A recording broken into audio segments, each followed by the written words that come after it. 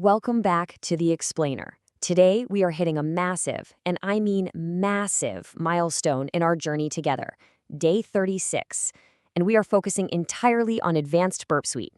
Look, if you've been putting in the hours, grinding through that foundational material with us, well, you are ready for this. We are officially taking the training wheels off today. We are stepping away from the basics and moving straight into the real powerhouse mechanics of advanced web vulnerability testing. It's going to be a blast. Okay, let's dive right into this. So what exactly does day 36 hold for us? It's a great question.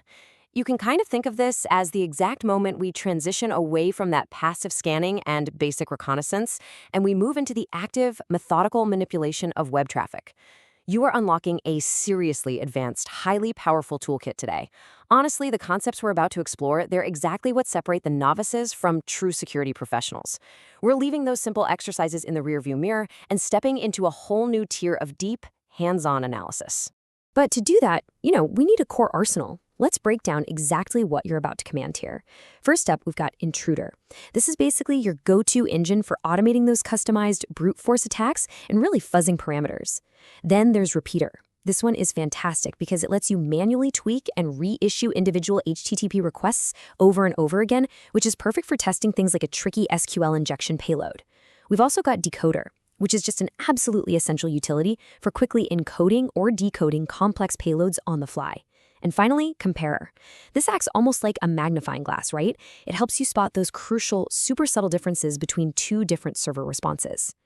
Each one of these tools represents a completely different vector for tackling complex problems, giving you unprecedented control over how you actually interact with a target. Now, having all those powerful instruments is one thing, but managing them effectively, that requires some seriously solid workspace management. And this really comes down to two structural pillars, extensions and projects. So extensions represent your ability to modify and expand the suite. By tapping into the Beep store or even writing your own, you can add custom capabilities, things like advanced WAF bypasses. You can tailor the tools so it perfectly fits your unique operational needs. Meanwhile, projects act as your organizational foundation. Having a dedicated project file saves your exact testing state and your scope. That is absolutely crucial because it ensures you never lose your progress, and more importantly, you don't accidentally attack out-of-scope targets. Actually, scratch that. It's not just crucial, it's mandatory. Together, these two pillars ensure that as your testing gets significantly more advanced, your workflow remains sharp, focused, and beautifully organized. All right, so mastering these individual tools and locking down your workspace is fantastic. But the ultimate lesson in efficiency is tying all of this together so it works autonomously. And that brings us to the Burp Automation Guide. I actually want to slow down the pacing dramatically right here, because this is where everything culminates. This is all about creating a seamless, automated machine. Just as a quick example, imagine setting up a macro to automatically fetch and update anti-CSRF tokens right in the middle of a brute force attack. I mean, that is how you reclaim your time. You let the advanced capabilities of the suite handle all that repetitive heavy lifting while you focus purely on the higher level strategy. It truly is the absolute pinnacle of day 36. So the big question remains, are you ready to master the suite? And really, which tool are you going to conquer first?